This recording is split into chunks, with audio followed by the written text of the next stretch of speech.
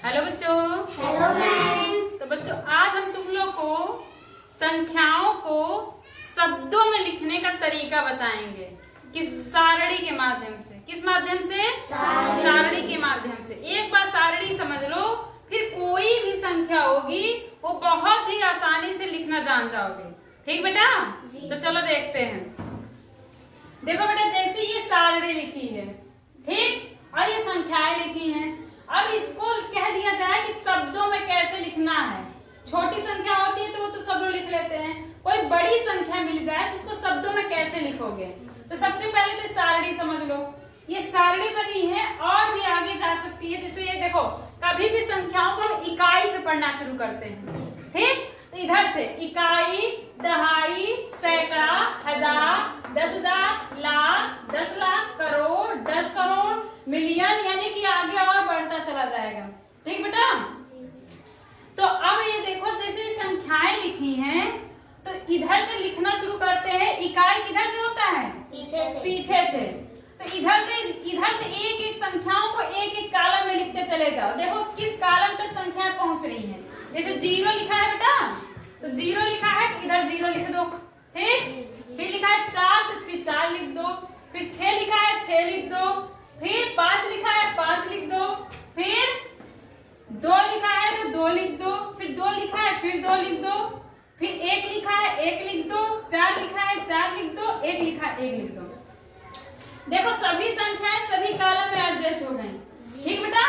अब देखो कि लास्ट वाला, यानी कि जो कॉलम में लास्ट संख्या हम लिखे हैं वो किस कॉलम में आया है।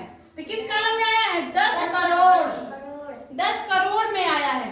तो बेटा जब 10 करोड़ में आया, यानी करोड़ यहाँ है और 10 करोड़ है, तो अब इसको पढ़ेंगे कैसे, शब्दों में हम लिखेंगे कैसे। तो जो करोड़ के साथ 10 करोड़ आता है तो करोड़ को और 10 करोड़ को हम एक साथ बोलते हैं। ठीक बेटा? और सिर्फ करोड़ पे अगर ये इस पे ना टिकता, इस पे ये संख्याएं ना आती, सिर्फ यही खत्म हो जाती, तब तो हम करोड़ से पढ़ना शुरू कर देते हैं। लेकिन ये करोड़ के साथ 10 करोड़, यानी कि ये छोटा भाई है, बड़ा भाई है। तो बड़े भाई घर तक जब पहुंच जाए तो हम दोनों भाइयों को मिला के पढ़ते हैं। उसी प्रकार लाख में, लाख छोटा भाई है, 10 लाख बड़ा भाई है। तो अगर लाख छोटे भाई तक संख्या पहुंच रही है तो छोटे भाई से पढ़ लेंगे। बड़े भाई तक संख्या पहुंच रही है तो दोनों भाइयों को हम मिला के संख्याएं पढ़ेंगे। ठीक बेटा? दोनों भाइयों को मिला के पढ़ते हैं। उसी प्रकार से हजार में, यानी कि 1000 में होगा तो हम 1000 से पढ़ लेंगे। 10,000 में आएगा तो हम दोनों संख्याओं को मिला के पढ़ेंगे। इतनी बात समझ में आ गई? कॉलम समझ में आ गई बेटा? अब देखो कैसे पढ़ेंगे। लास्ट वाली संख्या किसमें आई है? बड़े भाई में आई है, यानी 10 करोड़ में आई है। तो 10 करोड़ बड़े भाई को अकेले तो पढ़ नहीं सकते हैं, क्योंकि उसके पीछे भी छोटा भाई है। तो छोटा भाई यानी करोड़ और 10 करोड़ दोनों भाइयों को हम मिला के पढ़ेंगे। तो दोनों भाई को मिला देंगे तो एक बड़े भाई में है और 4 छोटे भाई में है। तो कितना हो जाएगा? 14। 1 दहाई 4 के, यानी दोनों को मिलाएंगे 14 बन गया।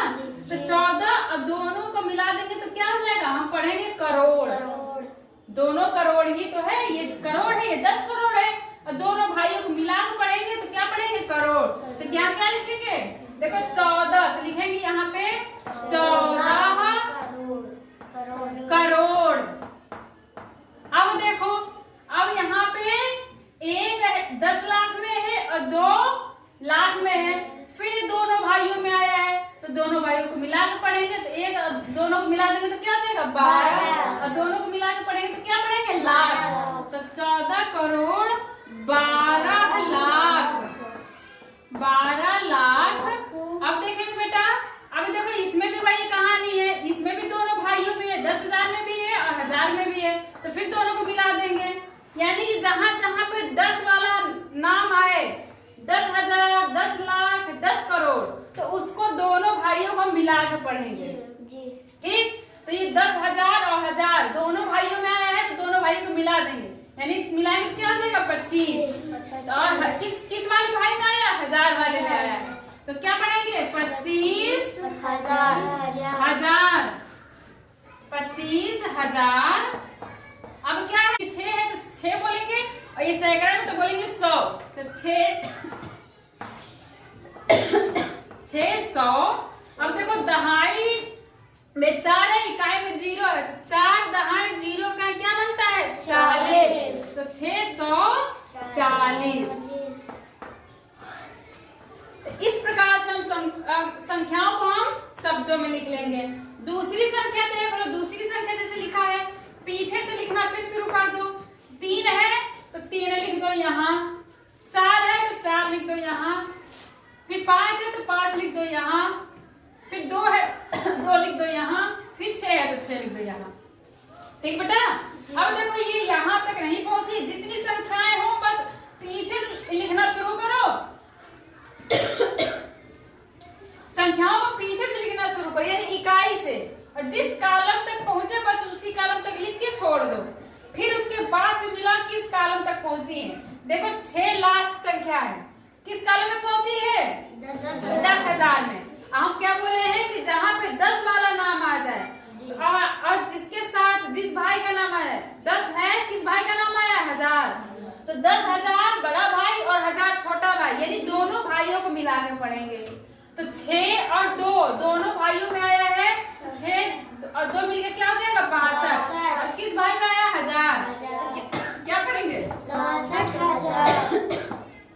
62,000 543। अब देखो 5 किसमें है सैकड़ा में, तो 5 सैकड़ा में क्या बोलते हैं 100। फिर 4 दहाई में है और 3 इकाई में है, तो 4 दहाई 3 इकाई क्या होता है 43। ये बन गया। ठीक बेटा।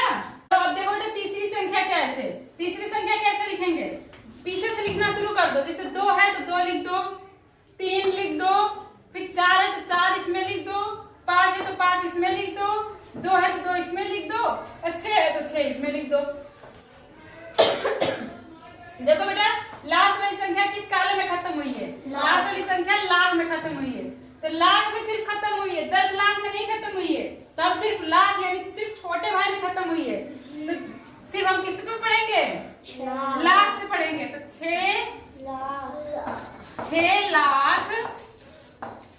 फिर देखो 10,000 में है और 5,000 में, यानी 10,000 और 1000 दोनों में संख्याएं आई है, तो दोनों को मिला के पढ़ेंगे तो 25 हो जाएगा।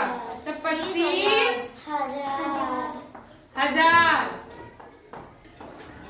और ये 4 किसमें है सैकड़ा में, 400। फिर 3 दहाई 2 का, 3 दहाई में है 2 इकाई में, तो 432। ये संख्याएं बन गई। तो इस कॉलम को अगर याद कर लोगे तो चाहे जितनी बड़ी संख्याएं हैं बहुत ही आसानी से संख्याओं को तुम शब्दों में लिख सकते हो। ठीक बेटा।